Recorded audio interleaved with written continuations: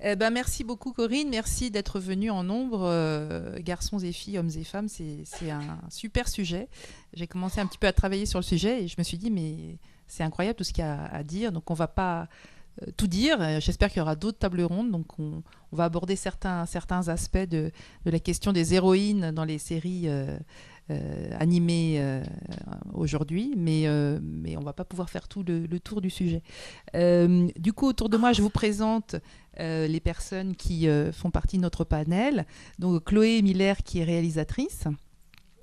Johanna Goldschmidt, qui est auteure et qui a gagné avec Laure-Elisabeth Bourdeau un appel à projet dont on va parler tout de suite, enfin très vite, qui est un appel à projet qui a été lancé par France Télévisions et par TF1. Il se trouve que vous avez gagné les deux appels, donc vous devez être très très calé sur le sujet.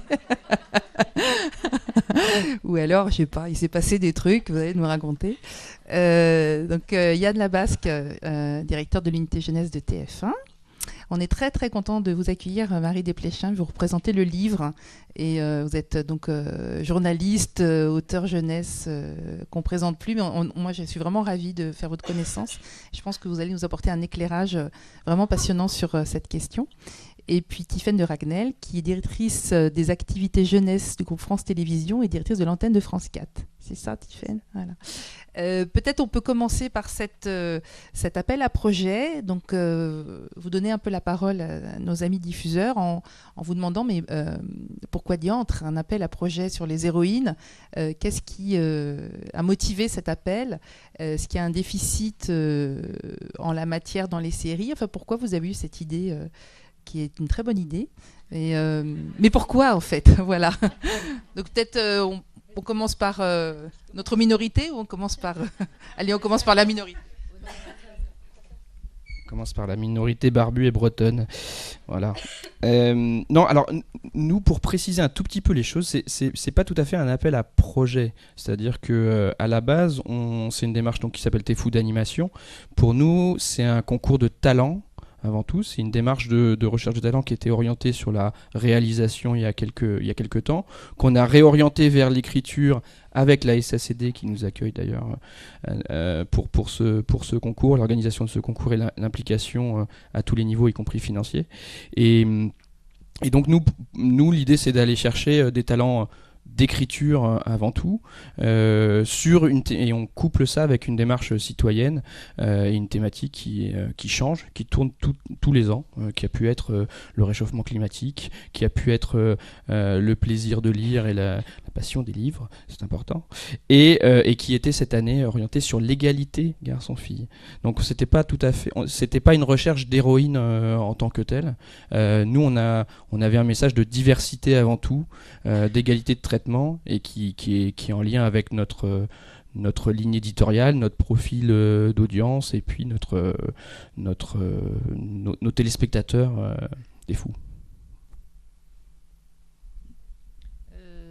Oui, c'était une démarche un peu différente de chercher des formats de 26 minutes et l'objectif c'était d'abord de faire émerger de la création originale.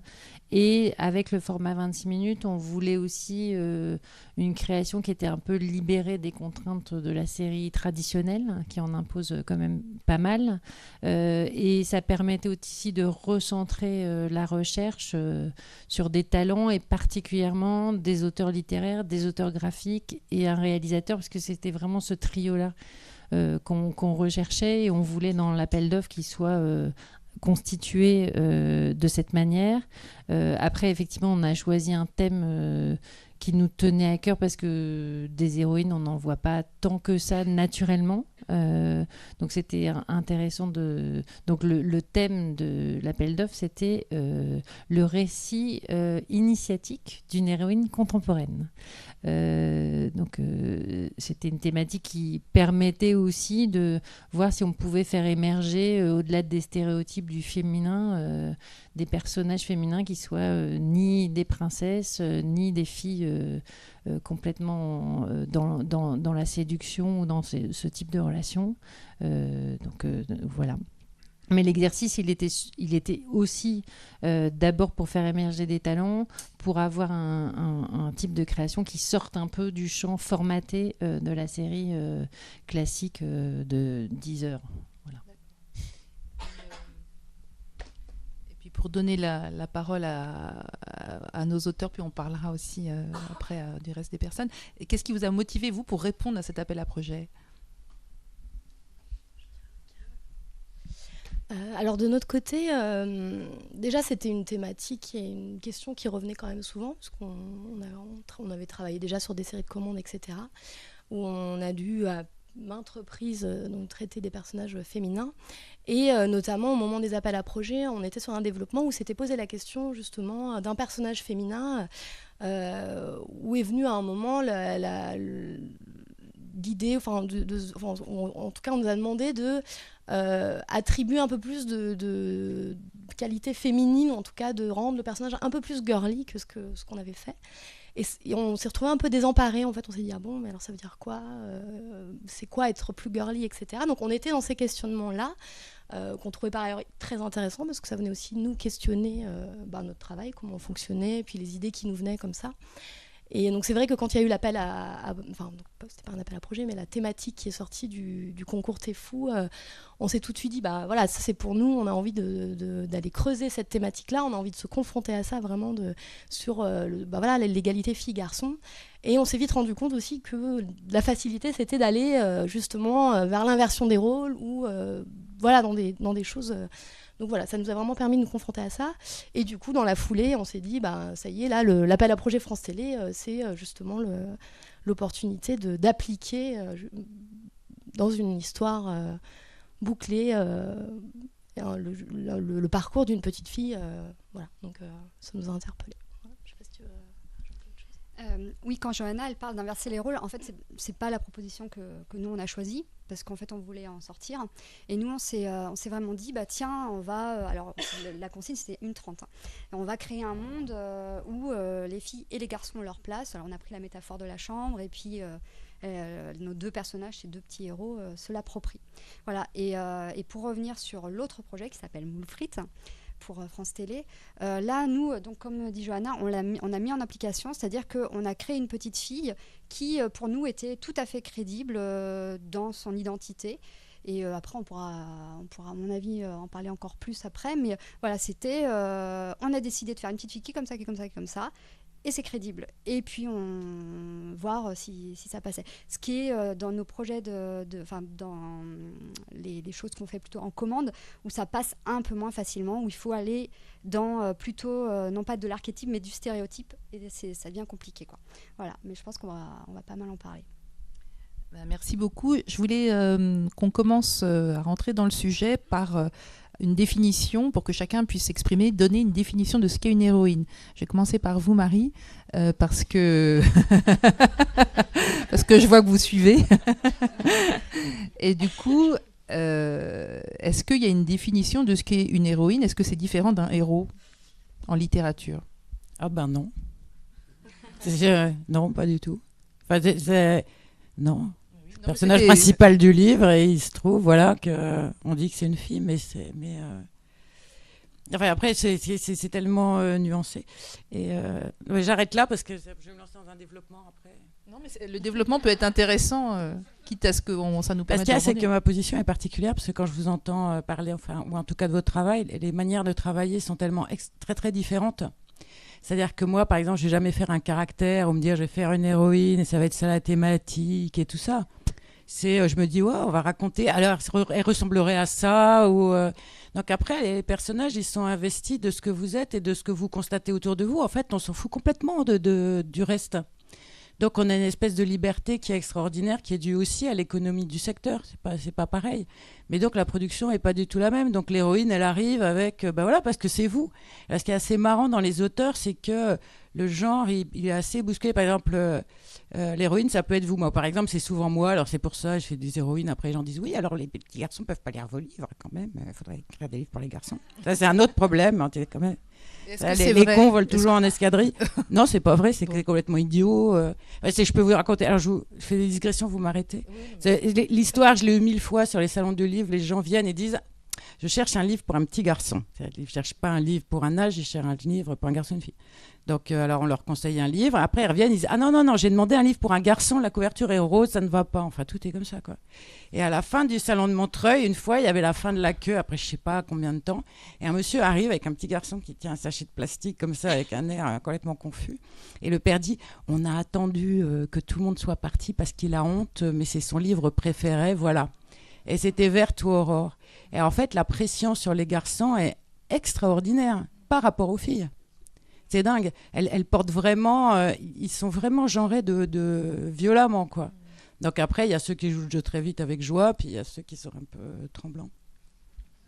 Et donc après, dans les auteurs, à partir du moment où vous faites...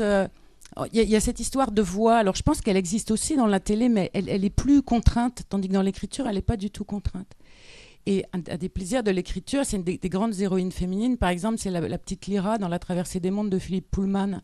Donc il est clair que quand Philippe Pullman écrit La Traversée des mondes, il est Lyra. Ou Mario de Muraille, par exemple, a majorité de héros masculins. Il est clair que les héros masculins de Marie-Aude, c'est elle. Donc ça dépend où vous vous situez. Donc la question, elle se pose. Et le personnage, il sera bien à cause de ça. Et il trouvera donc sa légitimité, non pas en fonction d'un certain nombre de critères qui lui sont attribués pour est-ce que ça marche, mais la légitimité, elle repose à l'intérieur de celui qui l'écrit, quoi, qui peut justifier ou pas après, d'ailleurs. Et pour rebondir un peu sur ce que vous dites, est-ce qu'un héros ou une héroïne, on se dit souvent, enfin, ce qu'on apprend en dramaturgie, c'est lui qui traverse le plus grand nombre d'épreuves, c'est lui qui subit la plus forte transformation. Alors dans une série, c'est pas toujours évident parce que c'est bouclé, mais est-ce que ce soit un garçon ou une fille, c'est aussi cette définition en littérature. En fait, c'est celui par lequel le plus de choses va se passer qui va être le plus transformé. Est-ce que c'est aussi un principe Bien sûr, oui. Le livre commence à un endroit, il faut que ça ait bougé à la fin. En fait, vous allez vers ça, et c'est l'histoire de ce qui bouge et de ce qui bouge en dedans et avec le personnage... qui est intéressante. Et là, je n'imagine pas la différence. Alors après, ce qu'on peut peut-être constater, c'est que ce type de mouvement, alors pour les filles, on va peut-être dire, alors il sera plus dans l'intime ou la psychologie, et on aura tendance à attribuer, en tout cas ce que font les gens, ils disent, ah ben les garçons, ils aiment bien les livres d'action. Là aussi, c'est... Voilà, mais ça, ce sont des choses qui viennent de l'extérieur. Sinon, quand on le fait, ou la manière dont ça fonctionne quand on est le lecteur, et le lecteur enfant, c'est pareil. Peut-être que du coup, je peux passer aussi la parole à Chloé pour qu'elle nous donne sa définition. Je suis désolée, je te donne mon micro, puis on fera le jeu des micros. La définition d'une héroïne, bah, je pense que c'est pareil, c'est la personne qui porte l'histoire, non ? Et puis, peut-être la personne à laquelle on a envie de s'identifier quand on regarde un film. Mais c'est vrai, sur le truc de l'identification, on dit souvent, si on fait une série avec une fille, ça va être une série fille. Parce qu'il faut des garçons pour que les garçons puissent s'identifier aux garçons. Alors que, je sais pas, moi j'ai eu l'habitude de m'identifier à des héros garçons et des héros filles. Enfin, il y a des héros dans les deux sexes qui m'ont emporté. Donc, je sais pas. C'est un truc qu'on dit souvent, que les garçons, ils auraient du mal à s'identifier à une fille. Mais l'inverse, on le dit moins. Je sais pas. Ouais, ça c'est vrai que c'est aussi des choses que les enfants disent quand on fait des... Voilà, quand on interroge des enfants sur ce qu'ils regardent, ce qu'ils aiment regarder à la télévision, les filles s'identifient à peu près à tous les personnages, que ce soit des filles ou des garçons. Les garçons, en tout cas, à partir de 9 ans. Après, c'est pas une généralité, et je pense qu'il y a des tas d'exceptions, mais ont plus de mal à revendiquer l'identification à un personnage féminin et aussi mettre à distance, revendiquent moins de regarder des dessins animés, ce qui est une autre question, mais parce qu'ils sont dans parce qu'on les met dans un truc où ils doivent se distinguer des filles et des petits, quoi. Donc, mais est-ce que c'est pas un peu comme disait Marie, quoi, ouais, quelque chose qui est mais parce qu'ils sont plus pris dans cette exigence-là, hein, sans doute, mais du coup, majoritairement, c'est quand même ça le... Donc, voilà, un garçon ne peut pas être une fille, alors qu'une fille peut s'identifier à un garçon, enfin, en tout cas, majoritairement. Est-ce que quand on dit un garçon ne peut pas s'identifier à une fille, est-ce qu'on est... Enfin, je passerai peut-être après sur les histoires de culture, parce que c'est quelque chose qui n'est pas forcément vrai partout, et puis c'est pas vrai forcément... J'en parlais un petit peu, par exemple, dans les films japonais ou dans les Miyazaki, il y a beaucoup de personnages féminins qui sont juste incroyables. Les garçons, quand ils vont voir un Miyazaki, ils ne se disent pas forcément je vais voir un film de filles.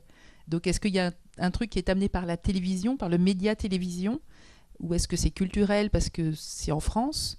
Voilà, c'est un peu des questions que je me pose par rapport à cette identification qui n'a pas l'air d'être aussi tranchée en littérature qu'en télévision. C'est-à-dire que j'ai l'impression qu'en littérature, des garçons peuvent lire des livres où les héroïnes sont des filles. Ou est-ce qu'on a ça aussi en littérature, un peu ce que vous expliquiez? Bah ouais, on a ça. Après, on constate sur le terrain, en rencontrant les garçons, qui s'identifient très bien aux journaux féminins sur la découverte des sentiments. Ils sont très très fans de Georgia Nicholson. Ou j'ai fait un journal de filles aussi parce qu'en fait c'est pareil. Mais après la pression, elle est sur eux, elle est insupportable. Il faut pas déjà lire, c'est moyen. Mais alors après, s'identifier à une héroïne qui tombe amoureuse, là, vous êtes mort. En fait, faut se rendre compte que depuis tout petit, par exemple, si un garçon se choisit de se déguiser en fille, ou parce qu'il m'est arrivé, mais une crinoline, tout le monde fait la bergère dans les jeux, tout le monde est affolé, on l'emmène chez le psy.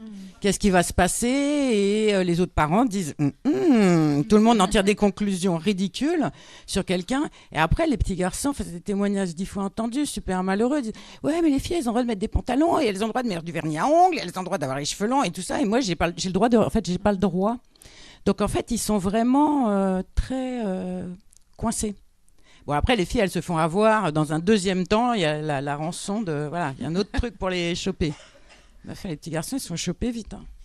Yann, tu veux dire un mot sur ta définition d'une héroïne t'es fou ou une héroïne en général? En fait, justement, nous, j'ai pas une prétention à définir ce qu'est une héroïne. Je sais dire ce qu'est un personnage t'es fou. Une héroïne ou un héros. Nous, on va aller chercher, et c'est une vraie question qui est dans la tête des conseillers artistiques toute l'année, c'est que nous, on va chercher des personnages avant tout. Des personnages qui sont des enfants. Ça, c'est l'angle de... Nous, t'es fou, on a très peu de héros adultes. On a quasiment pas, je crois qu'on doit en avoir 2, soit à l'antenne, soit qui arrivent. Et nous, les clés d'identification, c'est des points de vue d'enfants. Calimero, est-ce que c'est un garçon ou une fille? On s'en fout, c'est le petit dans la bande. Quand on va chercher les Totally Spies, là on va chercher un peu d'autre chose. On va chercher des aventurières, on va chercher des héros en bande. Sur Totally Spies, on va jouer sur d'autres choses. Ce qui est intéressant, c'est pas...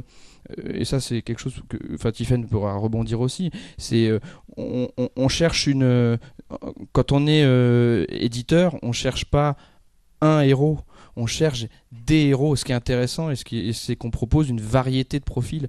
Aujourd'hui, ce qui est intéressant et mais qui est pas si nouveau que ça, parce que ça fait un petit moment, c'est qu'on a élargi la palette sur les héroïnes féminines par rapport à d'autres époques où elles pouvaient être dans des stéréotypes. Aujourd'hui, moi, j'ai l'impression que sur certains, la palette commence à être moins large sur les héros masculins que sur les héros que sur les héroïnes féminines. On est passé effectivement d'époques où ça pouvait être très archétypal, à des fifis, à des garçons manqués. C'était pas la solution non plus.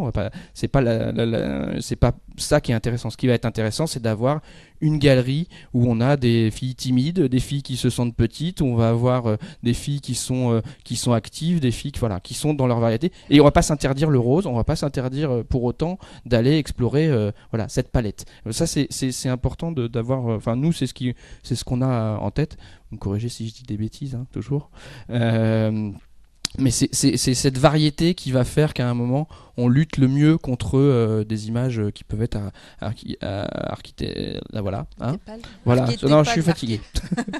Et juste pour te provoquer un petit peu, mais du coup, si tu dis nous on cherche des personnages en général, pourquoi dans un appel créatif dire on voudrait quelque chose qui met en avant l'égalité? Est-ce que c'est parce que c'est ce qu'on a envie de raconter dans ce programme-là et pas tellement parce qu'on a envie d'avoir un profil équilibré, garçon-fille dans notre audience? Nous on cherche.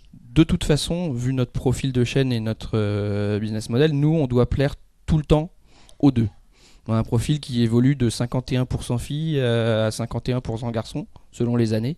Donc nous, dans notre variété, alors effectivement, il y a quelques séries qui vont être plus qui vont plaire plus un peu aux filles, d'autres un peu plus aux garçons. Mais on s'écarte pas beaucoup de ce profil 50-50.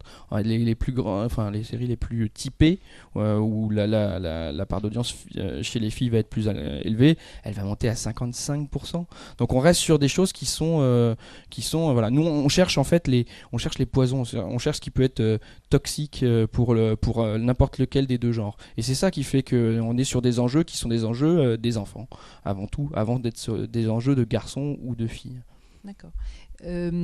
Peut-être Tiffany, tu peux dire un petit mot sur ce que vous recherchez, enfin sur cette histoire de ce qu'on appelle démographique aussi en termes d'antenne. Est-ce que vous cherchez des programmes qui sont équilibrés? Est-ce qu'équilibré, ça veut dire une héroïne fille, un héros garçon ou pas?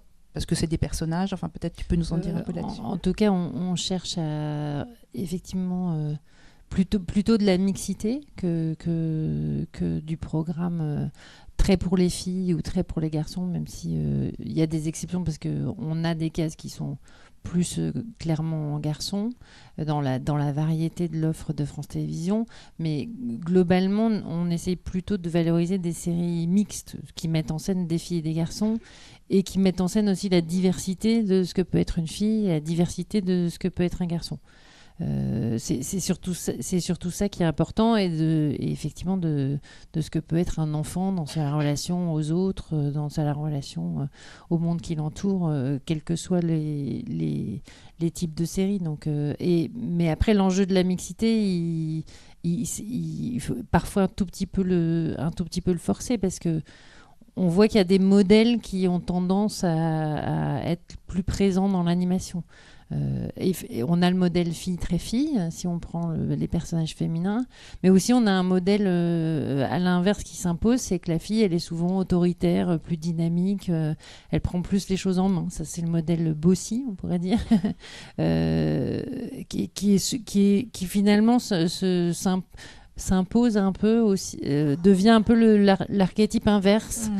Et que maintenant dans les séries qu'on nous propose, la fille elle est un peu toujours comme ça parce qu'on se dit il faut pas aller vers le stéréotype rose, j'aime les robes, je suis dans la séduction, donc on impose un caractère mais qui finalement devient un autre stéréotype. Donc ce qu'il faut essayer de trouver c'est un équilibre, mais les garçons c'est pareil, voilà, il peut y avoir des garçons timides, il peut y avoir des garçons très entreprenants, donc voilà, il faut essayer de trouver une diversité et ça joue aussi dans l'équilibre des séries parce que dans chaque série on ne va pas avoir tous les profils de personnages. Donc, et après, c'est vrai que quand on est mixte, on a des chances d'avoir dans l'audience à la fois les filles et les garçons. C'est vrai que si on fait une série 100% filles, dans ce cas-là, on est à peu près sûr qu'on n'aura pas les garçons. Ou en tout cas, qu'ils ne s'attacheront pas, qu'ils ne revendiqueront pas leur attachement à ce personnage. Ça ne veut pas dire qu'on aura 0 garçons qui vont regarder cette série, parce que il y en a toujours, mais ils vont pas, en tout cas, ils vont pas le revendiquer et l'affirmer haut et fort. Donc, mais la mixité, ça se construit parce que on a aussi plein de séries qu'on nous propose où il n'y a pas de personnage féminin. Il y a une bande de 3 et il n'y a pas de personnage féminin. Ou alors il y a la fille, mais qui est un peu secondaire. Donc voilà, c'est dans l'équilibre des relations. Et puis parfois on se dit finalement cette histoire de féminin c'est juste dans la représentation et dans le fait de nommer le personnage avec un nom de fille. Et, enfin, peut-être que finalement l'exercice c'est de se dire on le construit comme un personnage neutre et alors c'est un peu absurde de dire ça, mais parfois il faudrait presque pas se poser la question du genre en fait. C'est parfois pas le sujet en fait. Ça dépend si la série elle est réaliste, si c'est une série du quotidien où là ça peut avoir trait à des questions qui peuvent toucher les enfants. Parfois on est dans une fantaisie, on est dans autre chose, on est dans des personnages animaux, on est dans qui n'ont pas forcément un rôle en tant que garçon ou un rôle en tant que fille. Je pensais à une héroïne et là je me demande je pensais à Fifi Brin d'Acier. Mm-hmm. Alors, c'est pas un personnage français, ça joue sûrement aussi que ce soit quelqu'un qui vient des pays scandinaves. Mais là, je me demande, c'est le garçon, il n'a pas fait voilà. C'était juste parce que je pensais. Pour Belle et Sébastien, ça aurait pu être Sébastien aussi. Ou Beau. beau et On a plein de Sébastien. personnages qui sont des animaux, alors ils sont perçus comme des filles ou des garçons. Mais ça, c'est le critère. Les lapins crétins, par exemple, c'est plus des lapins que des garçons, mais ils sont Oh, c'est des très garçons. clairement perçus comme des garçons. Parce qu'ils sont Ouais, crétins. mais- non, mais En tout cas, on voit beaucoup de petits garçons, c'est vrai, qui font les idiots, qui jouent lapin crétin. Moins de filles, c'est drôle, mais moi j'ai vu beaucoup de petits garçons. en tout cas, dans l'audience, elle est relativement mixte. Elle est mixte, Ouais. d'accord. Peut-être je me tourne vers vous pour la définition d'une héroïne, parce que c'est aussi votre pain quotidien. Est-ce que vous avez des choses à nous révéler sur ce que c'est que pour vous une héroïne? Et peut-être après, on passera à la construction d'une héroïne. Non, mais là, je vais pas faire de scoop en fait, parce que je rejoins pas mal ce qui s'est dit. Et je sais, on en parle souvent avec Johanna. Pour nous, en fait, héros-héroïne, c'est la personne à qui on a envie de s'identifier. C'est exactement ce que tu disais. Et effectivement, nous, enfants, on s'est identifié autant à des personnages masculins que féminins. Et je pense beaucoup plus d'ailleurs à des personnages masculins. Aussi parce que finalement, c'est ceux qu'on nous proposait, parce que c'est ceux qui sont les plus nombreux. Donc voilà, en fait c'est ça qui reproduit les choses et qui fait que finalement les petits garçons maintenant, pour eux c'est plus difficile de dire qu'ils repèrent la fille qui est dans une masse de garçons en disant c'est elle à qui je m'identifie. Enfin, forcément le hasard va pas les conduire là. Donc c'est toute une explication sur ça, et c'est pour ça que nous on aime bien créer des personnages féminins, on aime bien en introduire, on aime bien pousser pour qu'il y en ait pas mal, de tous âges, de toutes formes, de toute symbolique. Je pense que ce qui peut changer vraiment la donne, c'est effectivement la galerie. Vraiment beaucoup de personnages qu'on retrouve dans plein de séries différentes, où on peut aller picorer. Voilà. Ce qui est intéressant, c'est d'aller trouver plein de personnages très différents. Si on retrouve plein de filles, mais c'est tout le temps la même dans chaque série, et ça arrive, comme on peut retrouver tout le temps le même garçon, c'est vrai que c'est... Mais du coup, naturellement, ils vont s'en éloigner, en fait, les téléspectateurs, parce qu'ils l'ont déjà vu une fois, ils vont pas aller le rechercher 10 fois dans la série, ils sont déjà attachés à un des personnages. Donc voilà, c'est peut-être ça, sur là où nous, on pourrait rajouter quelque chose de plus. Pour nous, c'est intéressant de mettre en scène les filles, mais c'est intéressant de mettre en scène les filles pour les filles, comme pour les garçons, pour aussi offrir la possibilité à des garçons de s'identifier à des filles, à des parcours... de filles, en fait, même on pourrait se dire, on va dire plutôt Fifi, ou plutôt le personnage, en fait. Finalement, que ce soit une fille, un garçon, on s'en fiche un peu, mais c'est cette diversité qui est intéressante. Et je pense que petit à petit, avec le temps, et comme tout le monde commence à s'en soucier, on voit bien, on en parle de plus en plus, c'est intéressant, ça va changer, ouais. Mais bon, ça prendra du temps, mais c'est normal. Pardon. Tu disais une chose intéressante sur avant, il y avait beaucoup de héros garçons, on ne s'identifiait pas forcément aux filles parce qu'il n'y en avait pas. Il y a une étude du CSA en 2014, début 2014, que j'ai lue et qui parle, là on va parler un peu de quantité, c'est-à-dire qui faisait la balance entre le nombre de personnages dans les séries d'animation et avait un constat relativement mesuré en disant à peu près pareil, quoi. Il y a à peu près le même nombre de personnages féminins dans les séries à l'antenne, en tout cas quand c'était sur cette année d'études 2014, que de personnages masculins. Donc finalement, en anime, on est moins pire peut-être qu'en fiction à l'époque. On était plutôt bons élèves. Après, dans cette étude, alors déjà, c'est une première question que je vais vous poser à nos amis de la diffusion sur est-ce que c'est toujours pareil? Est-ce que vous constatez qu'on est toujours plutôt équilibré ou justement il y a peut-être un besoin de remettre plus de garçons, de remettre plus de filles? La deuxième chose qui était intéressante dans cette étude, c'était sur, et ça on en parlera peut-être un peu plus tard, sur des éléments de caractérisation. Et notamment le côté, sur les personnages féminins, le côté qui était décrit comme charmant, joli, séduisant, sur 36% je crois de ces personnages, contre 7% des garçons. Donc le côté finalement joli d'une fille qui devenait un peu central et qui est totalement très très presque inexistant quand on parle de héros garçons. Donc ça c'est un autre axe. Et le dernier axe, et on en parlera aussi sur cette étude qui était intéressant, c'était les exemples de solidarité ou d'amitié entre filles par rapport à de l'amitié entre garçons. Et il soulignait qu'il y avait plutôt beaucoup d'exemples d'amitié, puisque les séries jeunesse sont quand même censées nous montrer des exemples positifs, et qu'il y avait 7 personnages qui se comportaient vraiment mal entre eux, et j'allais dire entre elles, parce que c'était que des filles. Donc, comme si entre filles, il n'y aurait pas de solidarité féminine. Et ça, c'est vrai, c'est un exemple qu'on peut avoir en général peut-être pas les séries d'animation, mais parfois dans d'autres exemples, peut-être en littérature aussi, où les filles entre elles, dès qu'il y a des garçons, sont en compète, alors que à l'âge où on parle pour les séries d'animation, les garçons sont rarement en compète pour les filles, ça les intéresse pas trop, quoi.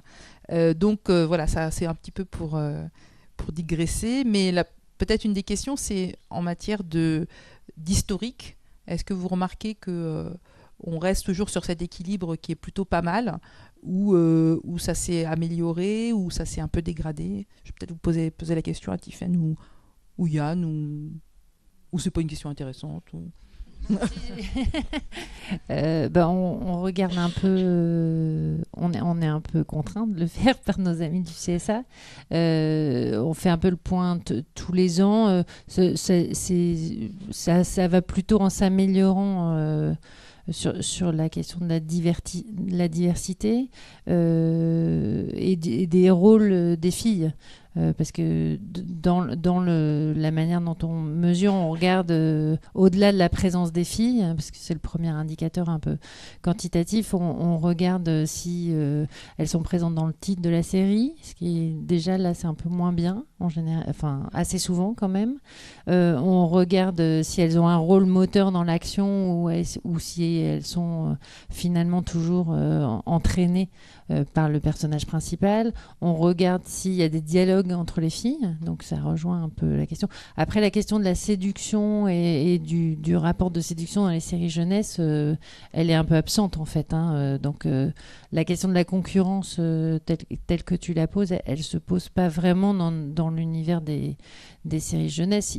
Là, c'était une étude sur les séries jeunesse, hein. C'est-à-dire que la compétition entre filles et le côté un peu bitching, c'était vraiment dans les dessins animés. Donc il y avait du Totally Spies, il y avait La Famille de la Jungle, il y avait plein de trucs. Donc, mais c'est vrai que c'est souvent quelque chose qu'on peut remarquer dans les relations entre filles. Là, moi, pour travailler sur une série qui met en scène des filles, on a une scène où les filles se font un check et tout, elles sont super. Et je dis, c'est trop cool de voir ça. C'est rare, hein, en fait, des filles entre elles qui se comportent comme des copines. C'est finalement, je trouve, pas si fréquent. C'est-à-dire qu'on a beaucoup ça chez les garçons. Il y a un côté peut-être bande qu'on représente moins chez les filles. Or, en général, l'amitié entre filles, surtout dans les gamines qui regardent des dessins animés, c'est un truc de fou, quoi. C'est à la vie, à la mort. Je passe toutes mes soirées au téléphone avec ma copine. C'est très, très fort, peut-être parfois plus que chez les garçons. Donc, c'est marrant, cette espèce de représentation, comme si les filles étaient plus en opposition que les garçons dans les séries. Mais... Alors, moi, je vois que j'imagine la tête de Muriel et de Caroline qui sont là dans la salle.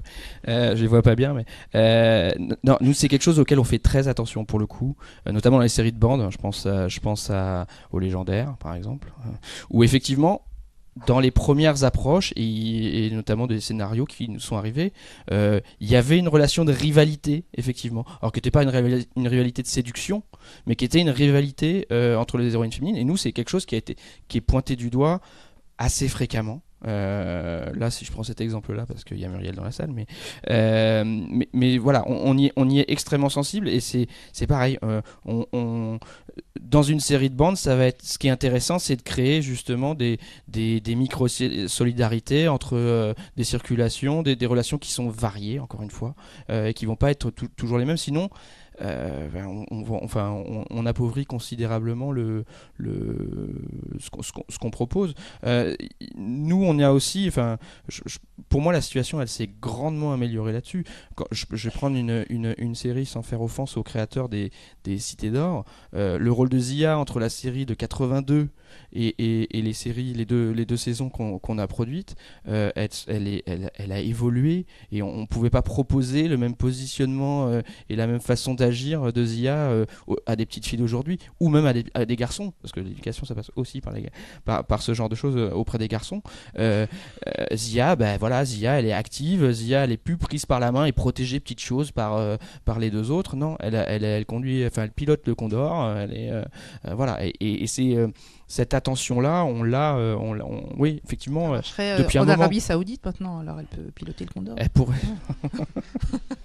Pour pouvoir vendre la série, c'est cool. Les voitures sont en or d'ailleurs là-bas. Non mais voilà, en tout cas on y est très vigilant. Je pense que, enfin, je sais que, enfin, les diffuseurs français, en tout cas, je sais que c'est au cœur de nos préoccupations. Ça a évolué. Pour moi, on a amélioré la valorisation, l'image de la fille. Nous sur les héroïnes féminines, j'ai fait les stats, puisqu'on m'a dit c'est informel, et puis Nathalie, elle envoie 15 pages de programme, machin, avec des questions. Donc j'ai fait dans un café en 3 minutes le compte, c'est à la main, hein, ça vaut pas. Mais nous aujourd'hui on a 13 séries dans ce qui est soit en diffusion, soit en production à court terme. On a 13 séries avec des leads féminins, on a 5 séries avec des leads masculins. Et on a 11 séries chorales. Donc nous on est plutôt une antenne où il y a beaucoup d'héroïnes filles à la base.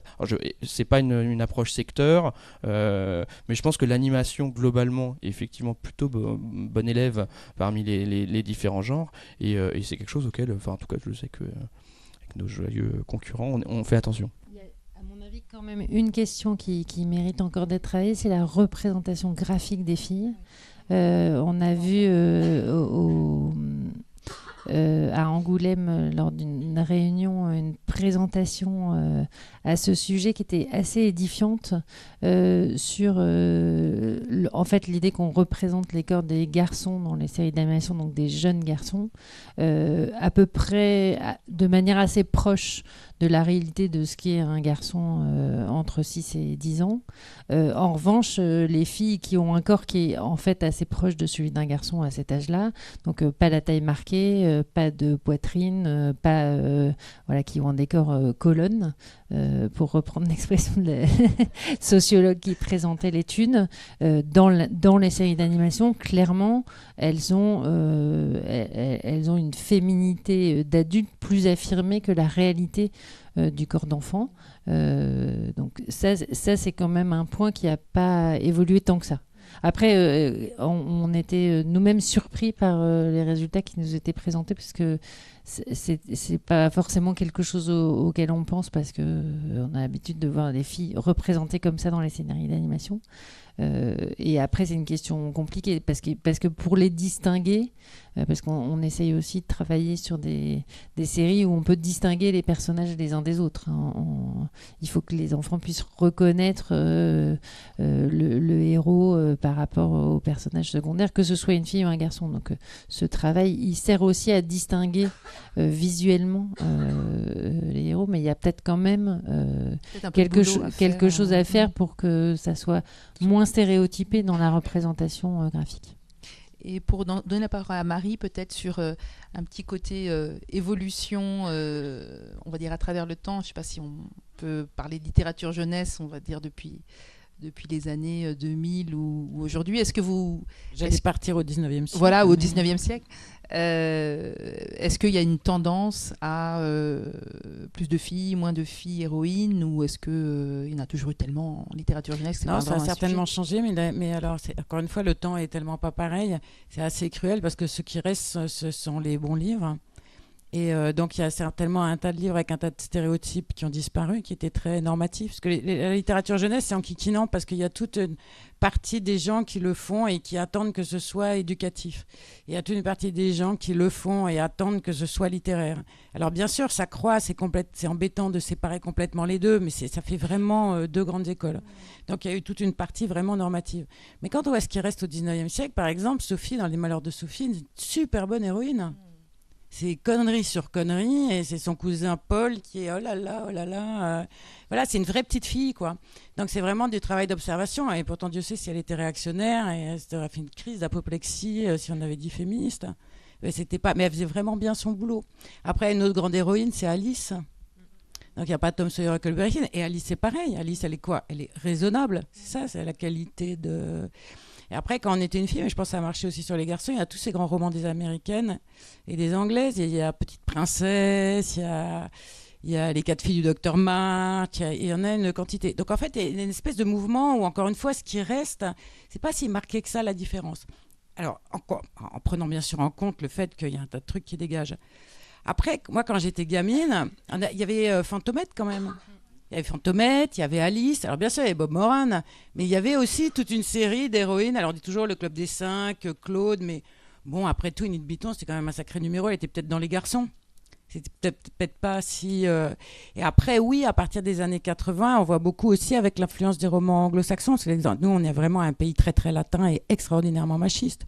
Mais avec l'influence très, très forte des Anglais, des Américains et des Scandinaves, c'est sûr, ça bouge.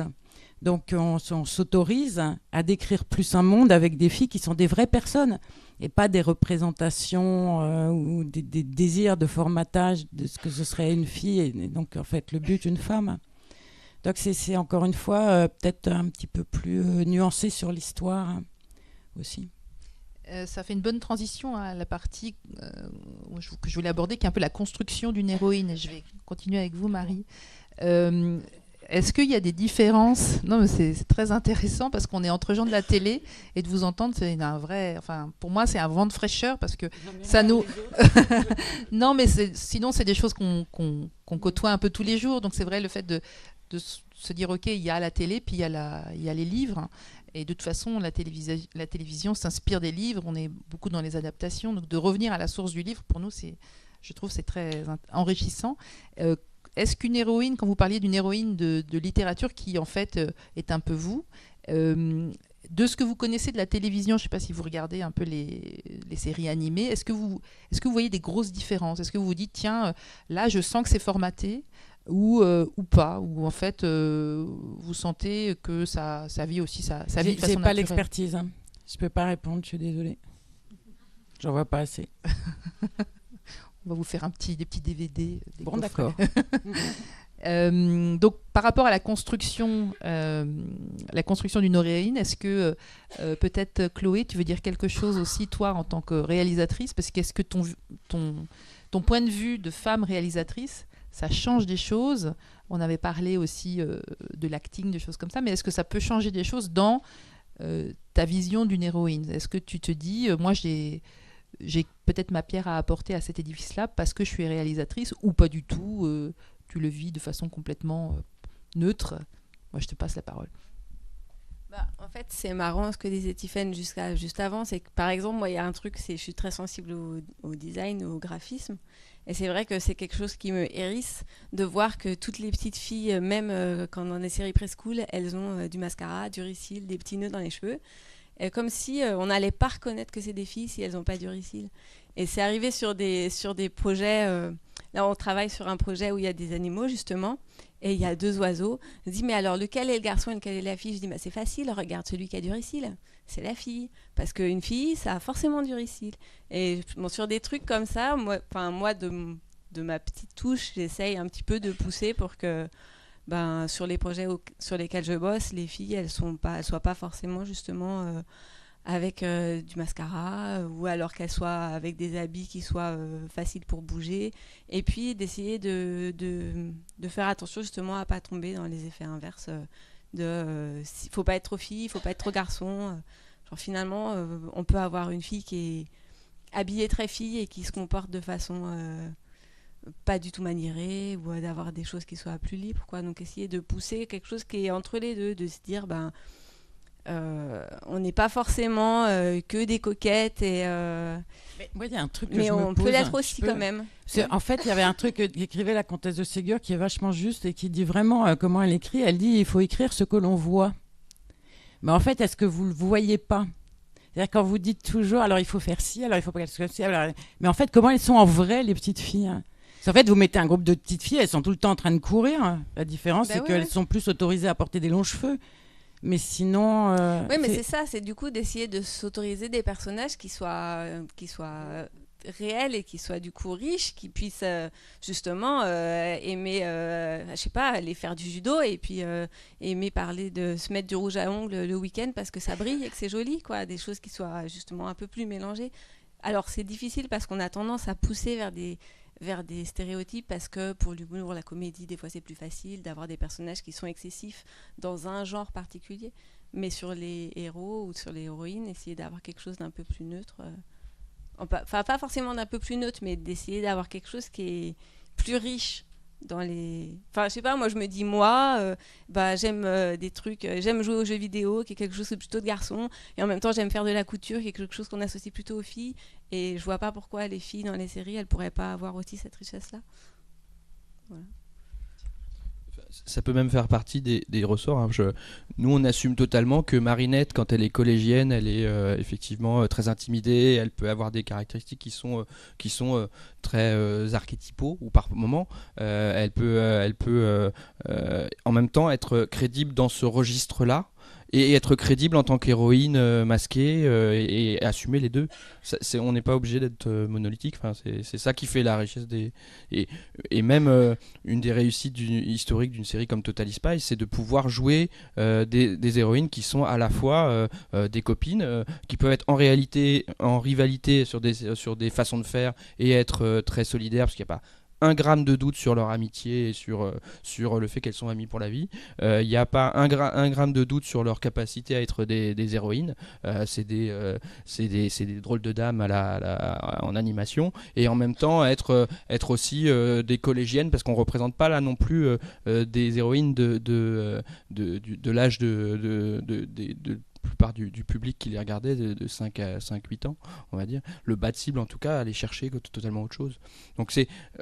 Encore une fois, c'est une question de palette et c'est intéressant d'avoir ce travail sur les caractérisations des héroïnes et de ne pas être monolithique dans les approches, quoi. Après, visuellement, quand même, on est un peu aussi contraint des fois par le marketing, en fait, tout simplement. Parce que on va vouloir faire des jouets avec, donc il faut que ça puisse faire des déguisements. Moi, je voulais rebondir là-dessus, parce que pour le coup, je viens de l'industrie du jouet, c'est mal. Mais je pense que l'industrie du jouet, elle conditionne beaucoup plus les enfants que ce qu'on propose aujourd'hui, l'animation dans sa variété, dans ce qui est produit. Les allées, il y a des rayons. Là, pour le coup, on n'a pas le choix. On est dans un rayon ou dans l'autre. Et le marketing est très tourné vers une conservation de ça. Et nous, c'est une de nos grosses, en tant que chaîne commerciale, où on peut avoir des séries qui sont déclinées en produits dérivés. C'est des vraies questions, et c'est une lutte éditoriale de tout le temps, de faire que Ladybug, ce soit une héroïne qui plaise à la fois aux garçons et aux filles, et qui, en revanche, est une licence fille. Et ça, c'est un vrai travail, c'est un vrai effort. Mais je pense qu'aujourd'hui, on a la chance d'avoir le choix de ce type de héros-là, alors qu'il y a quelques années, on l'avait pas. Alors, supprimons le mascara de toutes les filles dans les séries preschool. Mais c'est vrai qu'on se pose des questions. Et les enfants nous posent aussi des questions sur la représentation des personnages. Si on prend une série comme la petite école d'Hélène qu'on vient de lancer, donc l'héroïne est une fille, elle s'appelle Hélène. Et Hélène, elle a les cheveux courts. Et ça a beaucoup fait réagir les enfants quand on les a questionnés sur... comment ils percevaient cette fille. Une fille avec les cheveux courts, par exemple, pourtant, dans la diversité de la salle, si je regarde, il y a des filles qui ont les cheveux longs, mais il y a aussi des filles qui ont les cheveux courts. Mais à l'âge, en tout cas, là, on est sur une série qui est plutôt pour les maternelles. À cet âge-là, c'est quand même un critère qui est pas très féminin. Donc une fille qui a pas les cheveux courts, c'est pas tout à fait, qui a pas les cheveux longs, c'est pas tout à fait une fille. Donc on lui a quand même laissé les cheveux courts parce que ça faisait partie de l'intention du personnage et que elle nous plaisait comme ça. En revanche, elle a des accessoires dans les cheveux. Voilà, donc après je pense qu'elle en aurait eu de toute façon, mais on est aussi parfois confronté à ce que les enfants mais dans la construction nous renvoient aussi, donc on essaye de garder la diversité, parce qu'on va pas mettre des cheveux longs à toutes les filles dans la série préscolaire, ça n'aurait pas de sens, mais voilà, on joue avec ça aussi. Je pense que c'est un truc. C'est juste une idée. Je me disais, mais c'est drôle parce qu'en fait, on obéit à une société qui a vraiment construit les genres, et donc on est obligé de lui obéir. C'est vrai, je me souviens de mon dernier fils qui a 21 ans maintenant, quand il avait à partir de 8 ans jusqu'à 12 ans, mais ils étaient nombreux, ils étaient 5 ou 6, ils avaient les cheveux là. Et ils avaient assumé le fait qu'on les appelait mademoiselle, ils s'en foutaient, ça aussi. Mais alors ça, c'est vrai. Et alors ça, on peut pas le mettre dans un dessin animé. Alors c'est drôle, on est obligé de collaborer tout le temps au fait qu'on est obligé de genrer, parce que sinon plus personne sait de quoi il retourne. C'est vachement drôle. Ouais, si, en fait, on est obligé. Par exemple, en littérature, on n'est pas obligé parce que de toute façon, on vend tellement peu et pas d'argent, on est pauvre comme tout, voilà. En fait, vous avez des impératifs immédiats, il y a beaucoup de pognon, il y a des gens derrière, c'est vrai, c'est obligé, quoi. Non, on n'est pas obligé d'ailleurs. Non, mais on met pas. D'ailleurs, on met pas des cheveux longs et je cherche un exemple de garçon avec les cheveux longs. Ouais, c'est ça. Après, mais c'est vrai qu'on est peut-être dans pour des répondre à Marie, univers un peu différents, mais dans des séries du peu... quotidien, effectivement, je pense pas qu'il y ait des garçons. Il y a des. C'est pas. Ouais. Mais après, on nous les propose pas non plus. Enfin, nous, voilà. Après, nous, on est la chaîne, on réagit à une proposition qui est faite par un auteur. À vrai dire, on s'est jamais retrouvé à se dire, tiens, il y a un garçon qui a les cheveux longs. Est-ce que c'est... En fait, moi, j'ai jamais vu passer un projet avec un garçon avec les cheveux longs. Mais c'est vrai qu'il ressemble vachement à une fille à 12 ans. Ouais. C'est le même. Pour réagir, c'est vrai que moi j'avais développé un projet de série où il y avait une fille qui devait se faire passer incognito dans une école du Moyen-Âge et au début elle se faisait passer pour un garçon, elle avait les cheveux courts et puis le graphisme, on aurait dit un garçon et c'était le but. Et j'ai eu beaucoup de retours des chaînes en disant on peut pas montrer ça parce que elle peut pas, c'était très compliqué, on est en train de parler du genre, de la question du genre, une fille qui se fait passer pour un garçon, c'est pas possible. Donc de toute façon l'école dans les livres aussi devenait mixte à un moment, donc je l'ai transformée en fille. Et ensuite elle avait des cheveux longs. Elle avait quand même un corps de garçon, c'est-à-dire qu'elle n'a pas de sein, elle a tout à fait ce corps en tube. On a pris le même modèle que le garçon. Hein. Et j'ai eu des retours, elle n'est pas assez féminine, elle n'est pas assez jolie, ça ne permet pas l'identification. Et c'est vrai que c'était compliqué. J'ai continué, on a fait le teaser, et au final, les chaînes ont dit « Ah bah ça passe ». Pourquoi ? Parce qu'en fait, ce personnage, il a une voix.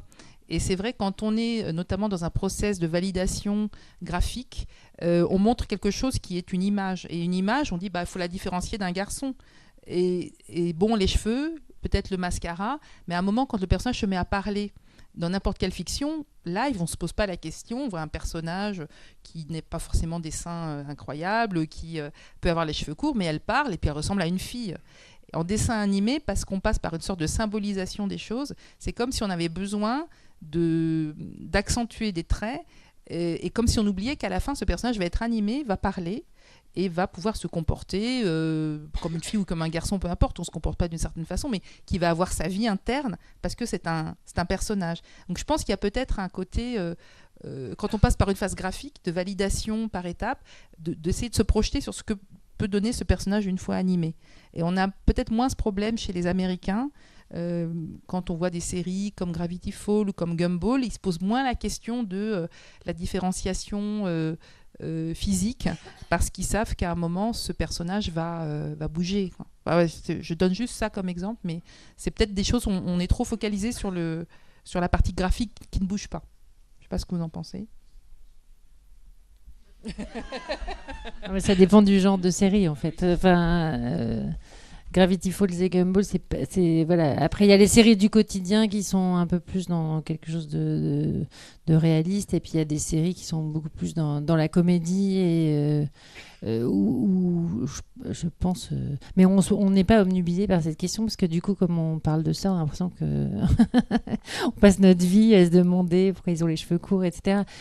C'est plutôt dans la question de la diversité, c'est-à-dire que la plupart des filles dans les séries, je pense qu'elles ont les cheveux longs. Voilà, quand on en met une avec les cheveux courts, elle se distingue et c'est intéressant, ça crée de la diversité. Après, c'est juste amusant de se confronter aussi au retour qu'on a des enfants qui sont eux-mêmes formatés.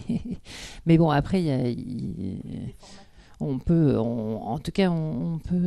jouer la différence et la distinction. Oui, moi je trouve ça intéressant les questions et les réactions de Marie qui finalement n'est pas dans notre secteur et qui découvre les choses, même si je pense que tu as un savoir déjà, mais voilà, pour pourtant tu as une pratique dans un domaine qui est très très proche de l'animation, où il y a même des liens. Et en fait, je pense que c'est parce que, ce qui est intéressant, c'est de voir que nous-mêmes, on a pas mal d'automatismes. Voilà, on est un peu dans des automatismes quand on raconte des histoires, quand on crée des personnages. Et ce qui est marrant, c'est qu'on se rend compte que même en faisant des propositions un petit peu nouvelles, nous-mêmes on se censure, nous les auteurs, enfin, je pense que ça doit vous parler. Après, on présente nos projets à des producteurs qui eux-mêmes ont encore un filtre qui se rajoute. Et puis après les diffuseurs. Et je pense que c'est compliqué pour nous de renouveler tout ça parce que on a des formules qui marchent. Effectivement, il y a les retours des enfants. Et parce que c'est vrai, en fait, c'est un peu l'œuf et la poule. C'est-à-dire on leur propose quelque chose, ils enregistrent, on leur donne des injonctions. Et pour eux, c'est difficile d'en sortir. C'est pas eux qui vont nous guider. Ça, c'est sûr. On peut pas leur demander ça parce que voilà, ça marche pas comme ça. Mais encore que. Des fois, justement, le petit garçon qui vient avec Verte très discrètement, c'est vrai que ça nous guide. Mais c'est ça. Et donc, on en revient à la création des personnages, c'est-à-dire qu'en fait, dès le début, quand on commence le personnage, le fait de se dire, alors ça va être... Enfin voilà, c'est comme Qui est-ce, est-ce que le personnage a une moustache, et vous savez, dans Qui est-ce, le personnage, il a une moustache ou c'est une fille. Enfin, il y a 6 filles à la base. Donc ça, c'est intéressant. Non, mais voilà. Donc en fait, le fait d'être une fille, tout de suite, ça oriente sur quelque chose d'hyper précis. Et c'est peut-être ça, en fait. C'est que, en fait, il faut qu'on ouvre un petit peu nos perspectives, qu'on ouvre un peu ce que ça ouvre vraiment de dire, alors si c'est une fille, est-ce qu'il a forcément un nœud dans les cheveux? Est-ce qu'elle court de cette façon? Enfin voilà. Et de s'en libérer. Et de s'en libérer, de lui couper les cheveux si on a envie, parce que c'était le choix du créateur à la base, et de laisser les enfants en parler, et de se dire « Waouh, en fait, elle a les cheveux courts », et puis et voilà, et ça fait avancer le schmilblick, c'est minuscule, mais en fait, c'est hyper important. Voilà, c'est peut-être ça. Et c'est plus facile à démêler aussi. Oui. Je voulais aussi vous poser la question de la comédie, parce qu'on parle, c'est vrai qu'on mélange un peu différentes choses au niveau des âges, au niveau des genres. Comme tu disais, comédie, aventure, c'est pas pareil. Parce qu'il y a la question d'identification et la question de la projection. Moi, j'ai toujours trouvé ça super intéressant dans les dessins animés. On dit, OK, on se projette dans un super-héros, il y a super-héroïne et super-héros, et on s'identifie à des personnages qui sont plus comme nous, avec des failles. Et notamment en comédie, je pense qu'on est plus dans l'identification que dans la projection. En général, l'aventure, c'est plus la projection. Donc ma question, c'est pourquoi ne pas faire des filles moches, des héroïnes moches? Parce que perso, je m'identifie plus à Ugly Betty ou à Bridget Jones que à Barbie. Ah. Et est-ce que les petits... Moche, Bridget Jones. Au début, elle est moche. Avec ça. Après, elle maigrit. Elle est mal arrangée, mais elle n'est pas moche. Mais est-ce qu'on... Enfin, quand je dis moche, c'est un peu de la provoque, quoi. Mais disons des filles, qui pourraient être moches ou très normales ou très banales ou très j'en sais rien, et pas forcément des filles super bien foutues. Est-ce que c'est quelque chose, si on vous propose une héroïne rigolote, moche, avec des dents de travers et tout, où c'est pas un souci du moment qu'elle est rigolote et que voilà, est-ce qu'on peut aller vous présenter des héroïnes très moches? Moche et tragique. Non, il faut pas qu'elle soit tragique. Oui. Moche et dépressive. Je sais pas si... On se pose jamais tellement la question de savoir si un personnage il est beau ou pas beau, en fait. On se pose des questions de savoir s'il existe, s'il se distingue des personnages qu'on a par ailleurs, s'il apporte quelque chose de différent. Donc en fait, le critère de la beauté, c'est pas tellement un critère. Enfin, moi j'ai le sentiment que c'est pas tellement ça qu'on... C'est pas un critère. Voilà. Après, on nous propose rarement des personnages très moches. Que ce soit des garçons ou des filles. Hein. Moi, dans les projets qu'on voit passer, on en voit passer pas mal.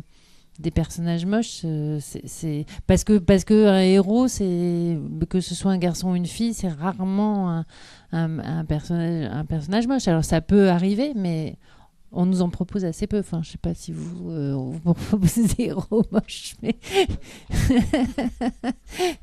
Après, ce qu'on trouve moche, c'est quand le personnage, on a l'impression de l'avoir vu 150 fois déjà, qu'il ressemble à 10 autres personnages qui sont déjà sur les antennes, ou qu'il est un peu daté dans la représentation graphique. C'est plutôt ça qui est intéressant.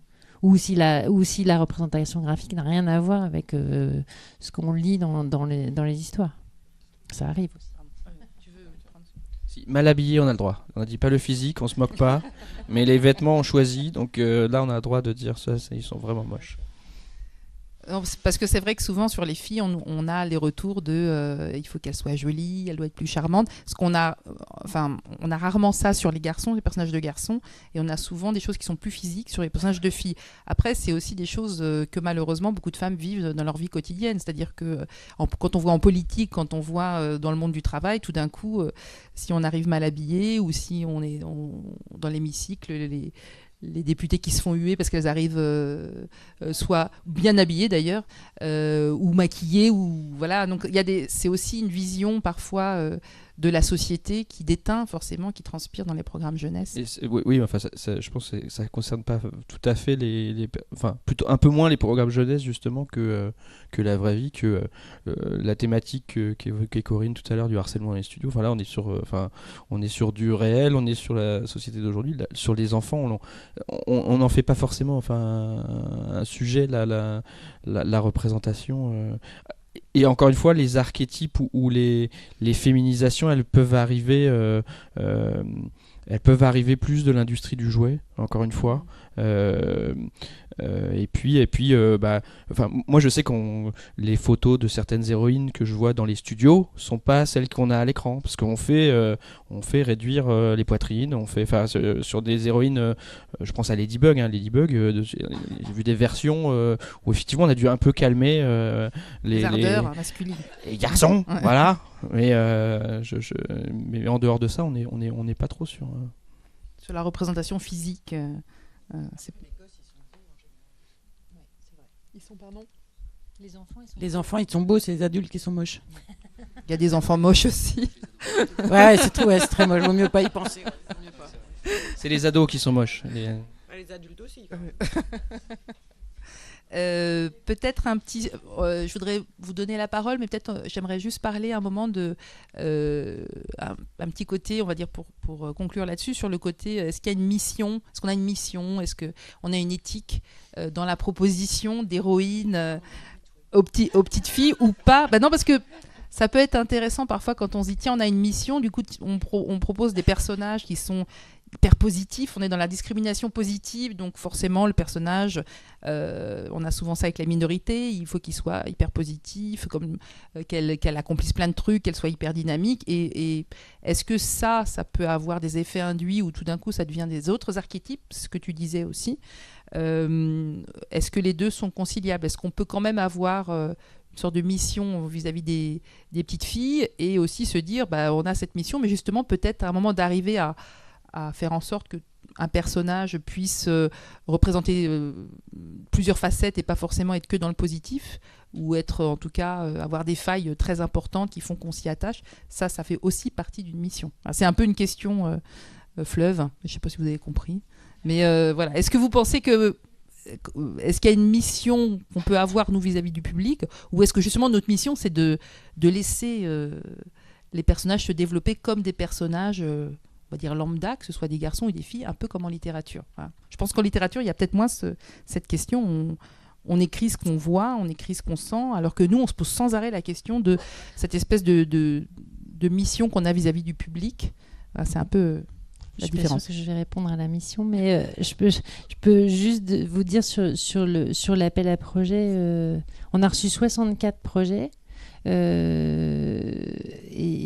je peux vous dire un peu les familles de projets, c'est pas inintéressant. Il y avait d'abord des projets qui étaient hors sujet, parce que quand on dit il faut faire une héroïne féminine, on a des projets d'abord où la seule femme de l'histoire est un robot, voilà. Qui était un bon projet par ailleurs, mais c'était voilà, la question de la féminité traitée comme ça. On a des projets où en fait on traite d'un handicap. on traite en fait la question de la diversité parce qu'on dit féminin, voilà, donc on a considéré un peu comme sujet. On a eu les projets très éducatifs, alors des gens qui n'aiment pas la télé mais qui veulent la changer. Donc, comme on est dans un exercice créatif 26 minutes, on va faire quelque chose qui n'a pas grand-chose à voir avec ce qu'on peut regarder à la télévision. On a eu plein de projets avec des personnages féminins chouettes, sympathiques, attachants, mais qui n'étaient pas vraiment des héroïnes. Notamment qui se développait pas dans l'histoire parce que dans le 26 minutes on avait cette chance justement d'avoir une initiation et une transformation du personnage et puis on a eu une dizaine de très bons projets sur lesquels on a passé un peu plus de temps où on racontait l'histoire d'un héros en devenir et dont on sent qu'il a une puissance qui va s'exprimer vraiment à la fin de l'histoire. Donc, pour citer Marie Henday, une héroïne, c'est une femme puissante en devenir. Donc il y avait, alors là c'est des jeunes filles et des enfants, mais il y avait cette histoire de transformation qu'on trouvait intéressante. Et après, ce qui était intéressant aussi, c'est qu'on a eu plutôt des projets de producteurs pas classiques de séries d'animation. Et dans les projets qu'on a retenus, on a un producteur qui travaille beaucoup sur du documentaire et du spectacle vivant. On a un producteur de long métrage. Donc c'est assez varié et on sort un peu du champ classique. Et aussi sur les auteurs, d'ailleurs, dans les 10 projets qu'on a retenus, qu'on avait à la fin, on avait beaucoup d'auteurs qui venaient du cinéma ou de la série. Donc c'était intéressant de voir que dès qu'on sort un peu de la série classique, ça fait rentrer aussi d'autres auteurs. Et en fait, dans les 3 projets qu'on a retenus, il n'y en a pas beaucoup qui mettent la question de la féminité au centre. Par contre, je crois qu'ils traitent tous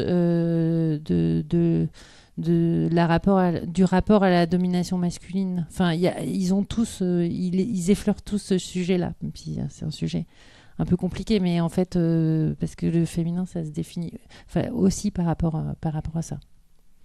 Voilà, j'ai pas du tout répondu à ta question, mais ça apporte un éclairage. Juste pour rebondir aussi sur le concours de scénario, nous ce qu'on a apprécié dans votre projet et ce qui a été facile aussi à trier, c'était justement très très vite les projets qui étaient dans les archétypes inversés, les projets très donneurs de leçons et nous on voulait quelque chose d'une fantaisie et on voulait pas quelque chose qui disait allez les filles, on voulait quelque chose qui disait garçons et filles, filles et garçons tous à fond. Ouais. Donc voilà, quelque chose qui est construit ensemble. Et ça, c'était ce qui était important. Et le projet était intéressant pour ça. Oui, rapidement. Alors, pour essayer de répondre à ta question, nous, clairement, on pense qu'on a une forme de responsabilité dans les modèles qu'on propose, effectivement. Le mot qui ressort beaucoup et qui est très important, je pense. Pardon, je disais le mot qui ressort beaucoup là, c'est la diversité, c'est vraiment cette palette en fait, c'est tous les modèles qu'on peut apporter. Je pense qu'il ne faut pas du tout se restreindre à vouloir juste copier les choses. Enfin voilà, après sinon c'est sans fin, c'est-à-dire on passe notre temps à nous dire oui mais c'est ce que les gens veulent, alors on pense que ce qu'il faut faire. Bon bref. Donc nous en fait c'est très simple. En vrai on se pose pas tellement de questions. On crée des personnages féminins tels qu'on les aime, tels qu'on les... Enfin, mais typiquement là, dans le projet France Télé, je pense que notre héroïne, c'est un peu de chacune, en fait. C'est juste, voilà, c'est une petite fille qu'on trouve super et non mais voilà, mais on le trouve super, non mais elle existe maintenant vraiment, on lui parle. Non mais c'est juste, elle est super, mais avec tous ses défauts, c'est-à-dire vraiment juste, elle est crédible, elle est... et effectivement, ça aurait pu être un petit garçon, en fait, dans l'histoire. Ce qui nous intéressait, c'était aussi d'aller creuser aussi sur le rapport fille-mère. Donc c'est aussi ça, nous, qu'on traite plus particulièrement. Donc c'est vrai que le fait que ce soit une petite fille, il y a quand même une différence du coup. Ça aurait pas été la même histoire si ça avait été un petit garçon, je pense. Mais en tout cas, voilà, c'est juste un personnage qu'on a créé parce qu'on voulait que cette petite fille vive cette aventure-là et elle est comme elle est. Et c'était pas, on n'est pas du tout allé du coup dans des stéréotypes ou voilà. C'est juste, c'est un enfant qui se trouve être une petite fille. C'est très bien. Donc Marie, vous pouvez écrire pour la télévision maintenant. On a regroupé les points de vue. On se rapproche de vous. Je sais pas, peut-être qu'on peut... Ah oui, tu veux dire quelque chose, Chloé, puis après on ouvrira. Moi, je voulais dire que nous, on se pose beaucoup de questions quand on fait les designs et c'est pas... on passe des journées à réfléchir à la couleur des points sur les chaussettes et à la forme de le dessous de semelle parce que la fabrication, c'est très très long. Donc voilà, on essaye de se poser des questions qui nous permettent de créer des personnages, en tout cas visuellement, qui soient justement un peu différents et qui soient dans des codes différents. En tout cas, moi, j'essaye. Et c'est au niveau des couleurs, c'est au niveau des coiffures de cheveux, c'est, je sais pas, le nœud dans les cheveux, quelle forme il va avoir. Alors oui, d'accord, je veux bien un nœud, mais il n'est pas question qu'il soit rose. Enfin, c'est vraiment le moindre détail, le bout de bouton, est-ce qu'il y a un pins ou pas, la forme du sac. Nous, on se pose vraiment des questions sur tout. Et après, moi, je voulais vous montrer une petite pub, en fait, parce que la question, elle se pose quand on fait le design des personnages, mais elle se pose aussi quand on fait le storyboard, parce que la façon dont on met en scène une fille ou pas, elle n'est pas toujours pareille. Et puis, des fois, dans la façon dont on l'anime, et aussi des fois pour les garçons, d'ailleurs. Et c'est vrai que moi, dernièrement, ça m'est arrivé plusieurs fois de donner à des storyboarders ou à des animateurs cette pub, qui est une petite recherche au Louest. Et parce que je trouvais qu'il faisait bouger les filles d'une façon bizarre. Et que pour moi, une fille, ça bouge, je sais pas, normalement en fait. Et donc je leur montrais ça. Et une fois, j'ai eu un storyboarder qui m'a dit oh là là, mais j'ai trop honte. En plus, j'ai une fille qui est une toute petite et j'ai trop honte d'avoir dessiné ça, mais j'y ai même pas pensé en fait. Voilà. Et tu l'as amené ? Alors il y a la pub, c'est une pub gauloise, elle est sur YouTube. Donc voilà, moi c'est vraiment pour les. Parce qu'en fait, il y a ça, quoi. Des fois, il y a des gens, ils font une marche caractérisée pour une fille et elle tord du cul, ou alors elle se baisse pour ramasser quelque chose, elle lève le pied, ou alors elle a le petit doigt quand elle prend une tasse. Et il y a vraiment le côté, en fait, on bouge comme les autres, quoi. Enfin, je sais pas. On a tous une façon différente de bouger, mais souvent, les filles, elles sont représentées comme un peu maniérées. Voilà. Donc moi, c'est quelque chose que j'essaye de faire passer aussi aux équipes. Oui, c'est aussi de l'animation et ça joue aussi sur le mouvement. Mais ça marche aussi pour les garçons parce que j'ai déjà eu aussi sur une série une interdiction de se tenir comme ça quand on est un garçon. Parce qu'un garçon, il doit se tenir comme ça.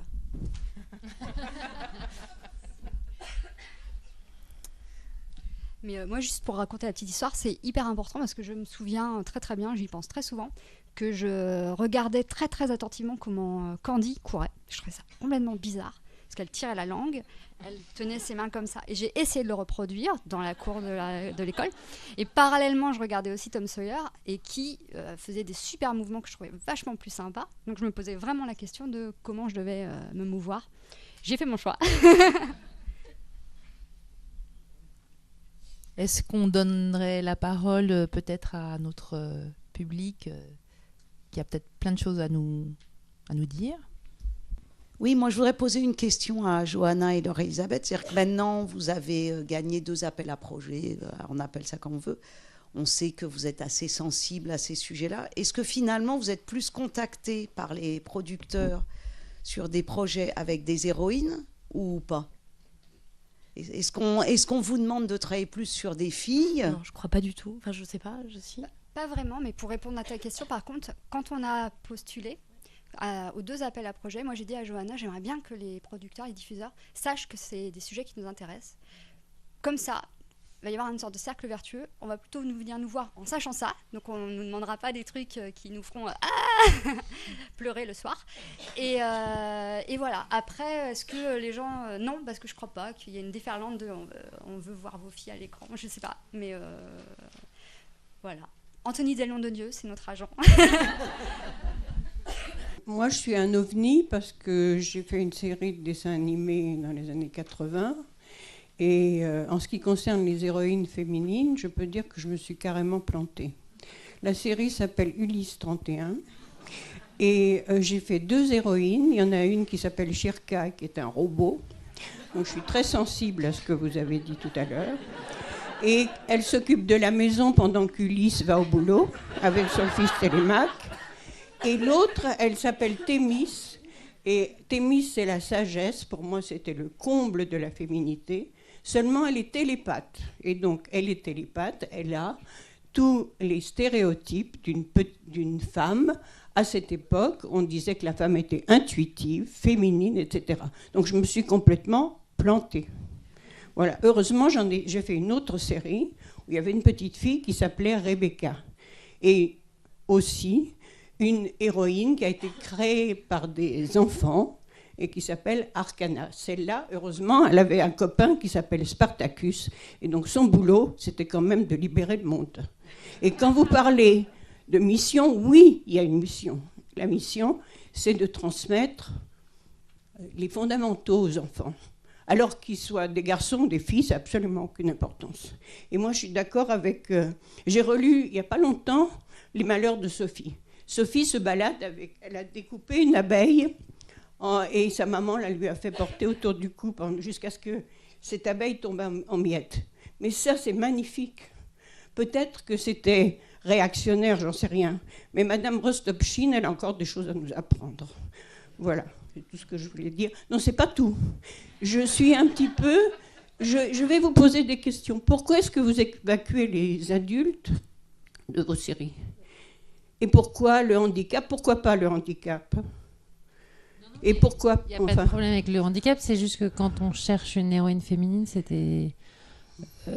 ça nous semblait hors sujet que ce soit plutôt traiter de l'autisme ou traiter... voilà. Enfin, ça ne nous semblait pas être le sujet. Oui. Et qu'en fait, d'ailleurs, dans ces quelques cas-là, je crois qu'on nous a proposé des héros qui avaient été transformés en héroïnes, mais c'était en tout cas le sentiment qu'on a eu. Donc, c'était juste que ça nous semblait décaler le sujet de mettre le handicap au cœur de la proposition. Ça ne veut pas dire qu'il ne faut pas le faire. Bon, mais ça, on a un héros en fauteuil roulant qui s'appelle Will et un autre qui s'appelle Stan. Donc après, c'est pas, voilà, enfin, c'est pas tellement la question. Alors, par rapport à la perception dont les garçons qu'ont les perceptions de personnages féminins, j'ai eu une expérience très récente et elle vient du spectacle vivant. J'habite la Normandie, nous avons à Dives un festival de marionnettes qui existe déjà depuis 32 ans. J'ai eu l'occasion de voir un spectacle créé par une seule femme qui s'appelle Séverine Coulon, qui a eu un Molière, pour une pièce précédente qui s'appelait La mère en pointillé. Là, elle présentait Fille et Soi. Fille et Soi, c'était justement une histoire de princesse, mais elle prenait le contre-pied de la princesse, c'est-à-dire qu'elle racontait comment les filles se faisaient avoir par les garçons, notamment la sirène qui renonce, qui a toutes les peines du monde à marcher et dont le prince la trompe avec une autre femme. Et donc, c'est ce spectacle, excusez-moi, je tourne peut-être quelquefois un petit peu en rond, mais ce que je veux dire, c'est que j'ai assisté à ce spectacle avec 2 petits garçons et une petite fille. Le garçon avait 11 ans. À la fin du spectacle, où le spectacle se termine sur le fait que la princesse décide de ne pas être Podane, de ne pas être la sirène, de n'être rien qu'elle-même, et le petit garçon m'a dit « J'adore ce spectacle, il s'appelle Romane », parce qu'on nous apprend à être nous-mêmes et à ne pas tenir compte de la vie des autres. Moi, je crois qu'il ne faut pas tenir compte de la vie des autres et qu'un petit garçon est parfaitement capable de compatir au malheur de Sophie. Maintenant, je suis une vieille dame, donc voilà. Ah oui. Je pense qu'on est d'accord avec vous. Moi, mon fils a comme livre de chevet Culotté.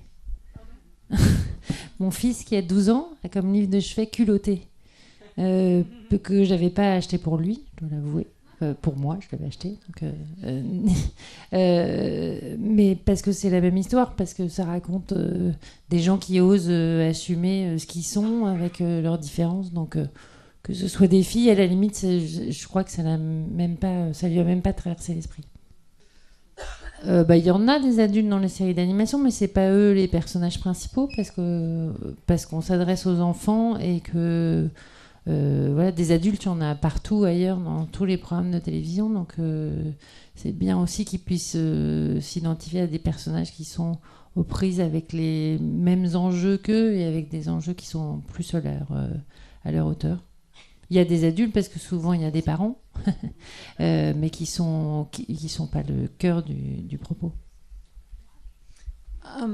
On se demandait en vous écoutant si on acceptait Titeuf s'il était une fille. Titeuf, il a des copines, notamment dans la dernière saison, il a Ramatou. Est-ce que Ramatou est jolie? Je vous laisse apprécier. Non, c'est pas la question. Si Titeuf avait été une fille, moche comme il est, est-ce que vous l'auriez acheté? C'est ça la question. Je pense. Enfin, c'est comme ça que je réponds. C'est qu'il y a dans la série Titeuf la dernière, il y a Ramatou et il y a aussi Thérèse. En fait, on aime beaucoup Thérèse, qui est un personnage absolument qui est une espèce de personnage très négatif féminin, ce qui nous semblait un grand progrès. Qui est dans une série un personnage féminin dont on assume qu'il peut être négatif. Et on avait même envie de faire un spin-off. En fait, on n'est pas allé jusqu'au bout de cette idée, et qui est dans le style de Titeuf. Donc, je ne sais pas si les enfants se posent la question de savoir si Titeuf est moche. Franchement, donc, on se pose pas la question comme ça. Il est original et singulier, clairement. On peut le reconnaître entre 1000 personnages de bande dessinée. Donc c'est surtout ça qui est intéressant. Donc oui, si ça avait été une fille... Après, il faut demander à Zeb pourquoi c'est pas une fille. Parce que lui, il a dessiné un personnage qui lui ressemble, qui est personnel, quoi. Je me demandais, est-ce que ça vous arrive parfois en comparant plusieurs saisons d'une même série, par exemple de regarder justement sur une même série l'évolution de vos personnages, l'évolution des représentations sur une même série, parce qu'il y a des études qui ont été faites là-dessus, et pas à dire de grande série, mais où justement les représentations évoluaient pas toujours dans le bon sens. Et est-ce que vous jetez un regard en arrière, sur l'évolution d'une série, et puis sur peut-être la prochaine saison que vous faites d'une série, est-ce que vous dites là, ça on n'a pas fait attention, et ça, est-ce que la saison d'après on fera attention? Nous, on veut pas de saison 2 parce qu'on n'a pas de sous. Non, c'est pas vrai. Mais pas beaucoup. Non, mais je parlais de Zia tout à l'heure. Enfin, moi, je peux pas. Je me sens pas vraiment faire le constat d'évolution négative. Donc. Après, il y a des saisons 2 qui sont ratées. Ça arrive. Donc. Oui, on regarde toujours, quand on fait une saison 2, on regarde toujours la saison 1, ça c'est évident. Et on essaye de la faire progresser. Après, c'est peut-être pas toujours le cas. Après, vous aviez un exemple précis en tête, parce que vous aviez l'air d'avoir... Oui, il y en a un, par exemple, il y a une étude qui a été sortie sur une thèse là, donc de Mélanie qu'on avait accueillie.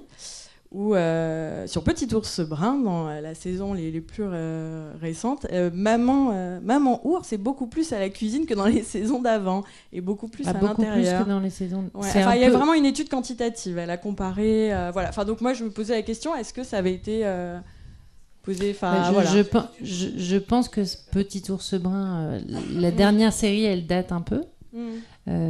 C'est une série effectivement qui est dans le rôle des parents, parce que Petit Ours il il se pose moins elle se pose moins sur Petit Ours que sur les parents, la question auquel vous faites référence. Et d'ailleurs, dans l'étude du CSA, il mentionne que sur les parents, on est un peu plus stéréotypé d'ailleurs que sur les enfants généralement dans les séries d'animation. Donc Petit Ours ne fait pas exception. Il est particulièrement caricatural parce que c'est une adaptation d'un livre qui date et qui est dans les mêmes codes. On travaille actuellement sur Petit Ours Brun, la nouvelle saison.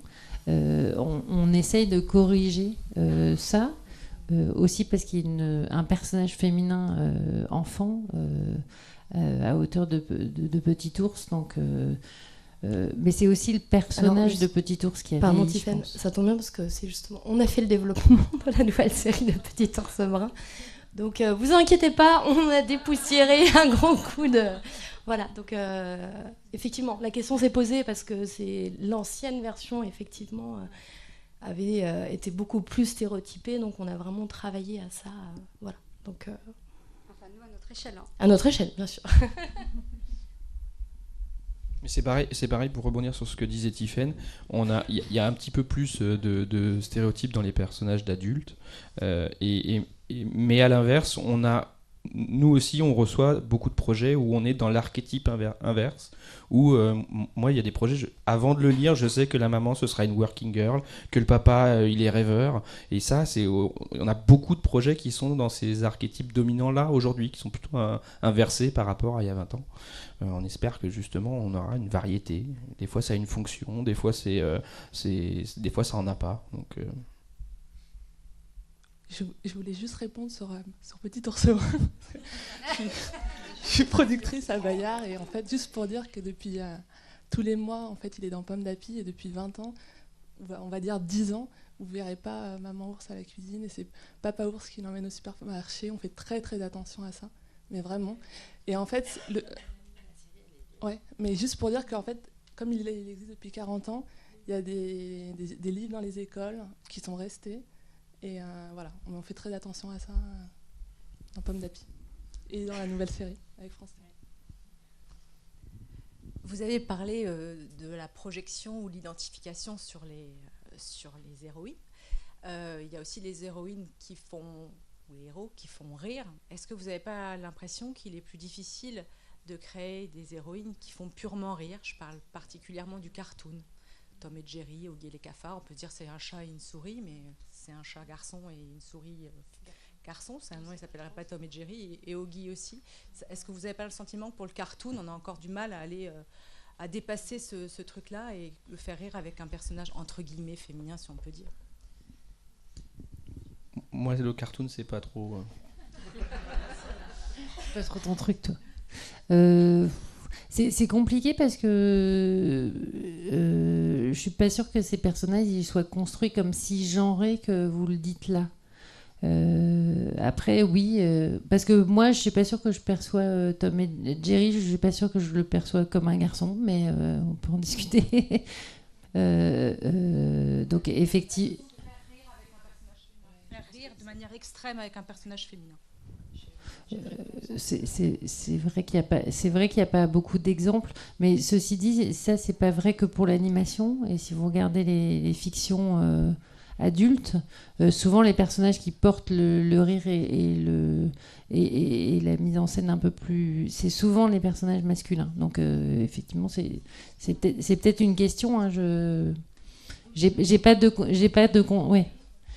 contre-exemple de série cartoon dans lequel on a des filles, très clairement. On a des gens de Cartoon Network, on peut peut-être leur poser la question. Est-ce qu'il y a des... C'était juste aussi pour réagir par rapport à ça. Je crois que cartoon et comédie, c'est pas pareil. Parce que le cartoon, il y a beaucoup d'actions violentes.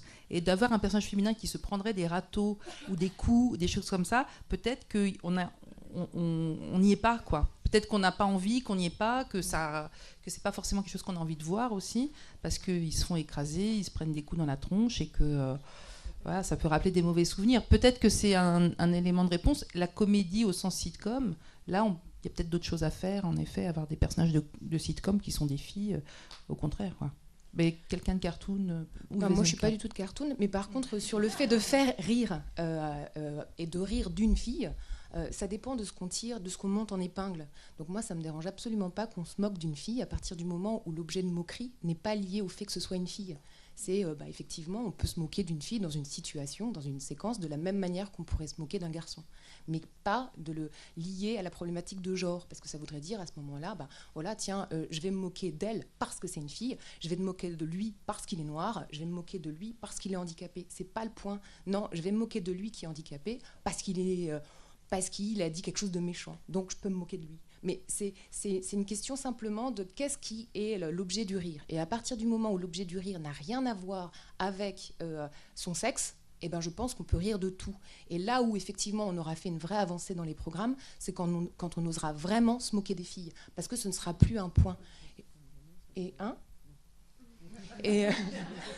Mais voilà, pour moi, oui, et voilà, il faut que ce ne soit plus un point. Et la mission qu'on peut avoir, nous, dans nos métiers, c'est effectivement que ce ne soit plus un point. Et j'aimais beaucoup ce que disait Chloé sur la gestuelle. Effectivement, quand une fille pourra rire à gorge déployée et plus pouffer en mettant la main devant la bouche, oui, on aura fait des progrès. Donc on a une mission par rapport à ça. Mais on a une mission de pouvoir rire des filles. Est-ce que c'est pas aussi parce que les personnages féminins sont trop parfaits ? Est-ce que la représentation, justement, parce que ce qui fait rire, en fait, c'est des personnages qui ne sont pas parfaits, qui ont des failles, qui sont comme nous, l'un l'autre. C'est-à-dire que c'est l'excès qui fait rire, en fait. Et est-ce que, justement, les personnages féminins sont moins porteurs de comédie parce qu'on se contraint trop, en fait, à les rendre ou dans un stéréotype, par exemple, voilà, timide, gentil ou autre chose, et qu'on n'en fait pas des personnages presque humains, en fait. C'est une question que moi je me pose.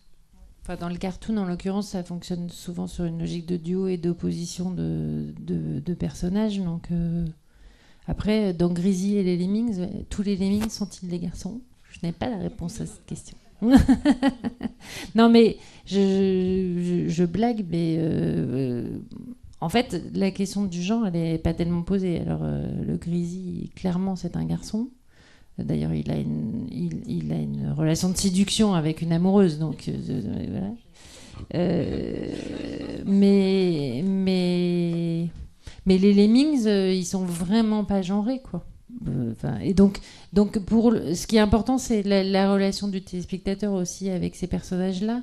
Et je pense pas qu'on regarde ce dessin animé en se disant c'est une fille ou c'est un garçon, ou qu'on soit... Parce que dans le cartoon, on n'est pas tout à fait dans ce processus de projection, d'identification. Donc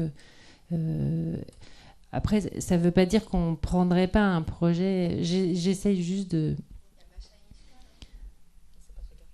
C'est de la comédie plus que du cartoon. C'est plus de la comédie, mais oui. Non, enfin, j'en vois pas. Si, si Stéphane et les gens de Cartoon Network peuvent peut-être nous dire, ils ont des exemples sûrement de filles. Alors en ce qui concerne le genre du cartoon, donc les classiques du cartoon, donc ça fonctionne sur un duo, comme ça a été dit, et souvent même le rôle féminin-masculin s'inverse, et en fait chacun son tour, même, et parfois ils se travestissent, et dans la tradition du cartoon, souvent ils échangent leur rôle, et ça fonctionne là-dessus en fait. Donc il y a des personnages, même on se demande encore s'ils sont des garçons ou des filles. Donc la Panthère Rose, par exemple, on n'a jamais réussi à trouver la réponse. Donc dans les classiques du cartoon, ça ne fonctionne pas vraiment là-dessus. Ça joue avec ça, donc le côté féminin, le côté masculin, mais souvent dans l'inversion. Donc parfois, il y a des Tom et Jerry dans les classiques où Tom est un peu plus féminin et Jerry un peu plus masculine, parfois quand elle est justement mousquetaire. Et c'est l'inverse dans d'autres épisodes. Donc il joue vraiment là-dessus. Donc c'est vraiment un genre particulier, le cartoon. Après, dans les comédies, effectivement, il faut avoir des personnages féminins forts, c'est plus rare. Nous, on a les Super Nanas, par exemple, mais on en a effectivement moins que les personnages garçons. Mais si on prend les chaînes comme Disney Channel, par exemple, il y a des séries live, où la plupart des personnages principaux sont des personnages féminins et sont des personnages plutôt humoristiques. Donc... Et les filles qui regardent Disney Channel, elles rigolent en regardant ces séries-là, quoi. Donc, je fais de la pub pour Disney. Je voulais juste réagir au cartoon. C'est que souvent, les rôles féminins sont hyper sexualisés. Et pas forcément de façon très flatteuse. Et généralement, quand les personnages masculins prennent les rôles féminins, ils surjouent cette hypersexualisation et c'est absolument moqueur. Et on rejoint ce qu'on disait tout à l'heure. Donc justement, c'est ultra sexiste. Là, pour le coup, il n'y a pas d'autre... Enfin, c'est pas la peine d'aller chercher très loin. Hein. Moi, je regarde Zig et Charcot, voilà, je vois une sirène qui est juste un pendant ultra sexuel féminin que s'arrache l'un pour la bouffer, l'autre pour l'aimer. Voilà.